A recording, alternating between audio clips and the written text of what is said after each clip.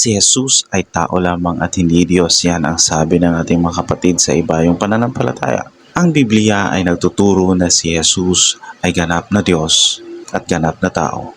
Sinusuportahan ito ng Juan 1:1. Nang pasimula ay naroon na ang salita, at ang salita ay nasa piling ng Diyos, at ang salita ay Diyos.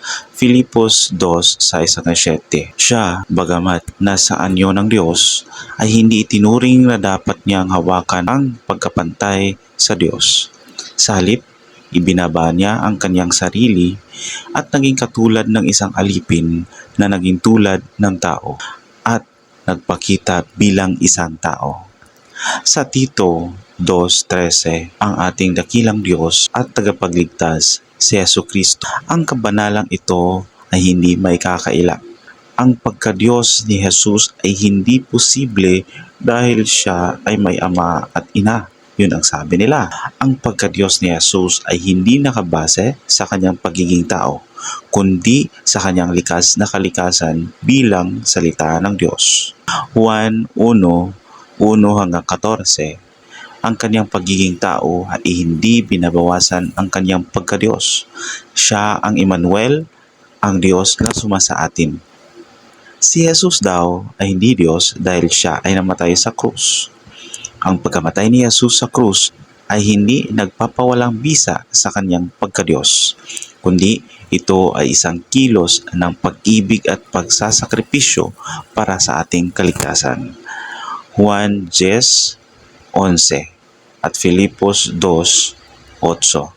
Ang kanyang pagkamatay ay hindi pagkatalo kundi isang pananakop sa kamatayan mismo. Ang Biblia daw ay hindi nagtuturo na si Jesus ay Diyos. Ang Biblia ay malinaw na nagtuturo sa atin na si Jesus ay Diyos. Bukod sa mga bersikulo na nabanggit na, isama pa natin ang Juan 8:58. Sinabi sa kanila ni Jesus, "Katotohanang sinasabi ko sa inyo, bago ipinanganak si Abraham ay ako nga." At Juan 10:30, "Ako at ang Ama ay isa." Ang mga pahayag na ito ay nagpapakita ng kanyang pagka-Diyos. Si Jesus daw ay hindi maaring maging Diyos dahil siya ay may limitasyon. Si Jesus bilang tao ay nagkaroon ng mga limitasyon, ngunit ang kanyang pagka-Diyos ay hindi limitado. Mateo 28:18, Juan 11:43.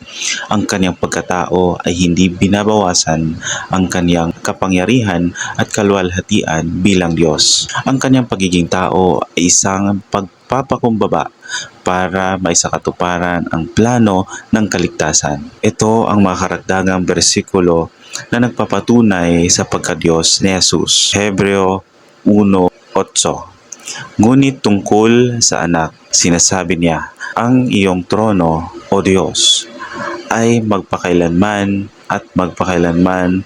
Ang tungkod ng iyong kaharian ay tungkod ng katuwiran." Ang pagka-Diyos at pagkatao ni Jesus. Ang paniniwala na si Jesus ay tao lamang ay isang baluktot na katotohanan. Ang kanyang pagka-Diyos at pagkatao ay hindi magkasalungat, kundi dalawang magkaugnay na katotohanan.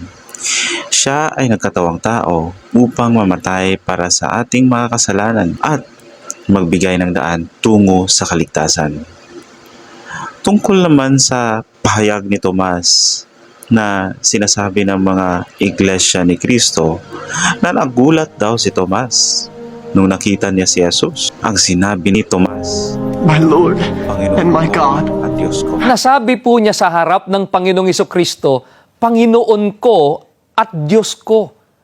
Nagkamali po si Apostol Tomas sa pagkagulat at pagkatakot sa pagpapakita ng hindi niya pinaniwalaang nabuhay na Mababasa ito sa Juan 20:28 ay hindi isang simpleng pagkagulat sa kontekstong pangkultura at pangkasaysayan. Ang pagtawag kay Jesus na Diyos ay isang malaking pahayag ng pananampalataya at pagkilala sa kanyang pagka-Diyos. Sa panahon noon, ang pagtawag sa sinuman na Diyos ay isang bigat na kasalanan. Kaya malinaw na pinanindigan ni Tomas ang kanyang pagkilala sa pagka-Diyos ni Jesus. Hindi gaya ngayon na, "Oh my God, kapag nagulat ka.